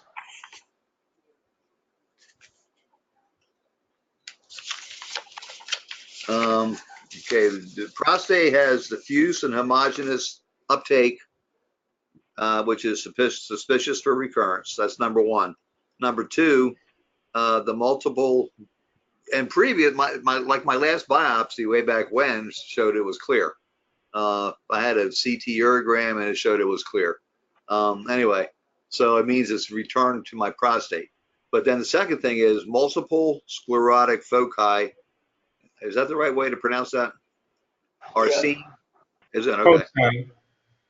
Foci are seen throughout the spine, left scapula, pelvis, and proximal right femur, but they use the term acetabulum, and I know I'm not pronouncing that properly, with maximum SUVs ranging from 2.7 to 14, most consistent with metastatic disease. Jake, the acetabulum, it's the head of the femur, the long bone that goes between your knee and your hip. It's the kind of the round thing that fits into the pelvic socket. Right, exactly. So that's what they're talking about. That's the acetabulum. Yeah, I had to look that up, but I didn't know how to pronounce it. Doesn't matter. And my question is, so are these sclerotic lesions cancerous, or are they deposits that may not be cancerous? That didn't seem clear in that report, that there were actually new metastasis. And without the comparison, it's really kind of weird. I don't know if other people feel like that. I think you're doing a hell of a job, Larry. We're really grateful to you. Yeah, I am too. I mean, Jake, really, you should be going back to your oncologist and saying, I want a comparison. She should want a comparison. Hey, Rick, can you compare the Axumin results with a standard bone scan, though? Not really, right? Well, no. Did you have an Axumin scan before this one? No. Okay, so this is really your first Axumin. The original PET scan, PET CT that I had that identified metastatic disease in the first place was back in 2012, Dennis, and it was the old FDG, and it showed quite a bit then. That's a really good question. Len, do you know if can they draw conclusions from the changes in change in size of the metastasis from an old PET scan to the Axumin today? I would say not, because the older scan wasn't as sensitive as Axumin, so it's kind of not fair to compare the old scan to the Axumin scan. The Axumin scan will have picked up things that, for all you know, could have been there in the same size when they did the FDG, but the FDG wasn't sensitive enough to pick it up. What about? What I'm wondering is, what do you think, Rick, about, maybe Jake won't like the idea anyway, of biopsying the lesion in the prostate? That would seem to be doable. Yeah. The new prostate lesion, just to get a genetic readout. Yeah. Well, two things. three things really, Jake. One is, my thought is that if they saw a lesion on the old FDG scan and they saw that same lesion in the same area on the Axumin scan, that they should be able to at least compare that and see if it's bigger or smaller. So in other words, new lesions may have been there all along but just weren't picked up. Possible, yeah. But I'm thinking about, can they make a comparison where there were old lesions and those old lesions are still present, and look at the difference in size on those?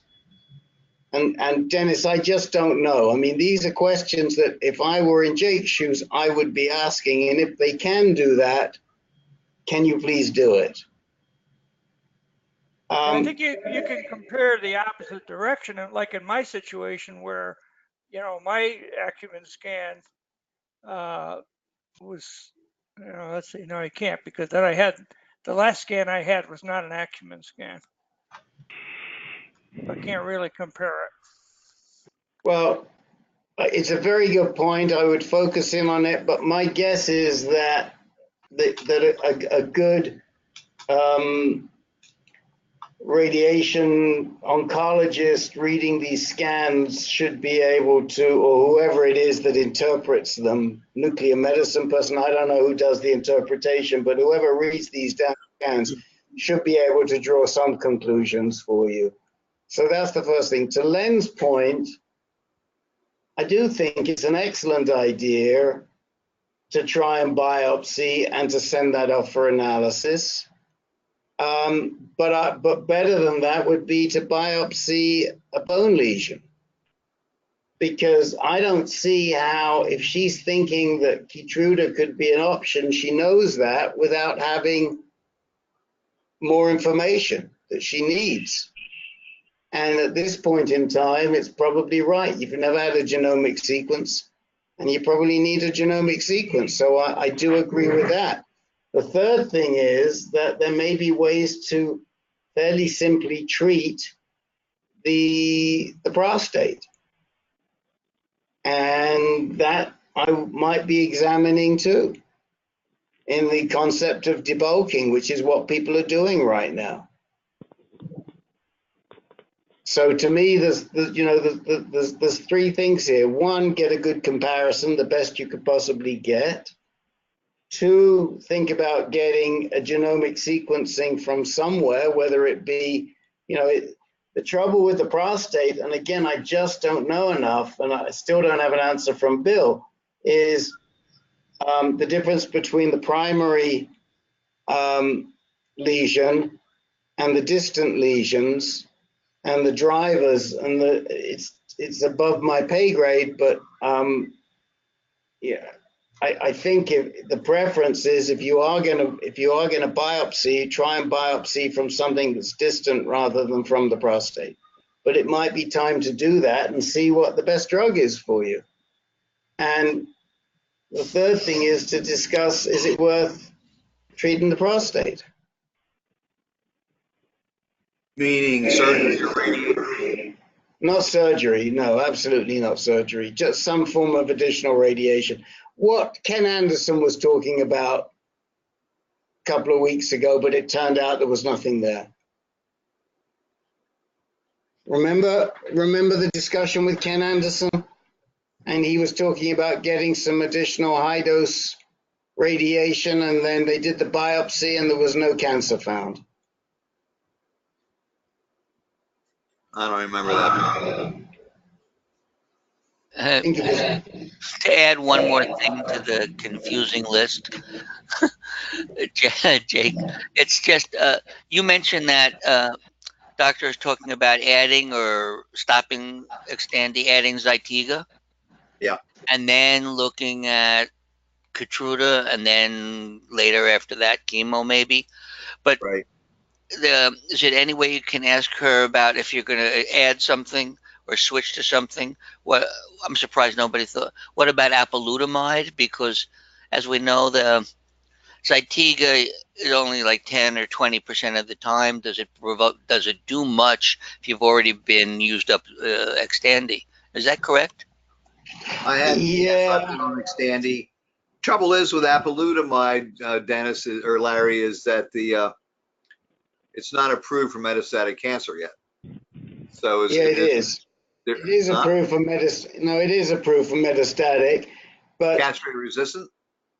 I don't know if it's approved for castrate resistant. But I think it is. I think it is approved. Maybe I'm wrong. Maybe it's this weird definition, non-metastatic castrate sensitive. But I think it's also approved now for metastatic castrate sensitive. They just got a second approval for metastatic castrate sensitive. But it's not a whole lot. Apalutamide is not a whole lot different than enzalutamide. Right.